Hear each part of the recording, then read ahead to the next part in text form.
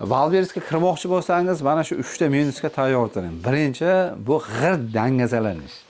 Sababi, men o'zim bozorchi bo'lganman, hamma narsani ushlab ko'rib, odam bilan muloqot qilib o'rgangan odam. Birinchisida adaptatsiya qilishim juda qiyin bo'lganda.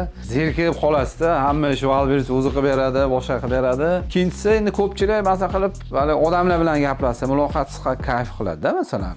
O'sha nimadirda fiziki ishlab turish kerak. Bunaqa ish bo'lmagani uchun odamlarda jichchagina zirkallimi bo'lib qoladimi, bo'lmasa ishlar yurib turibdi. Bitta aka bilan gaplashaman, aka bu meni pensiya chiqazib qo'ydi deyapti-da.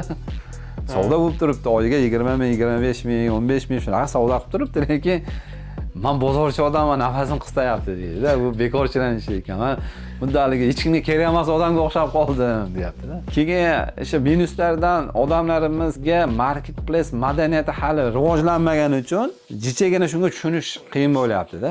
Mas'uliyatni zimmasiga olishi o'ziga xohlamayapti. Shu ham minus deyimlimi yo положительныйmi yo sabr qilsa o'tib ketadigan vaziyatmi? Biznesda bu kimda bo'lyapti ko'proq desangiz, tekstilchilarda emas. Biznes egalarida juda ham kam. Yangi biznes boshlamoqchilarda shunaqa bo'lyapti. Chunki men o'zim nishmatni tushib chiqaman. Tushib chiqasiz. Shu biznes egasi u tushunadi-da. Tushib chiqaveradi. Bu narsalarni o'zi odam immunitet hosil bo'lib qoladi-da.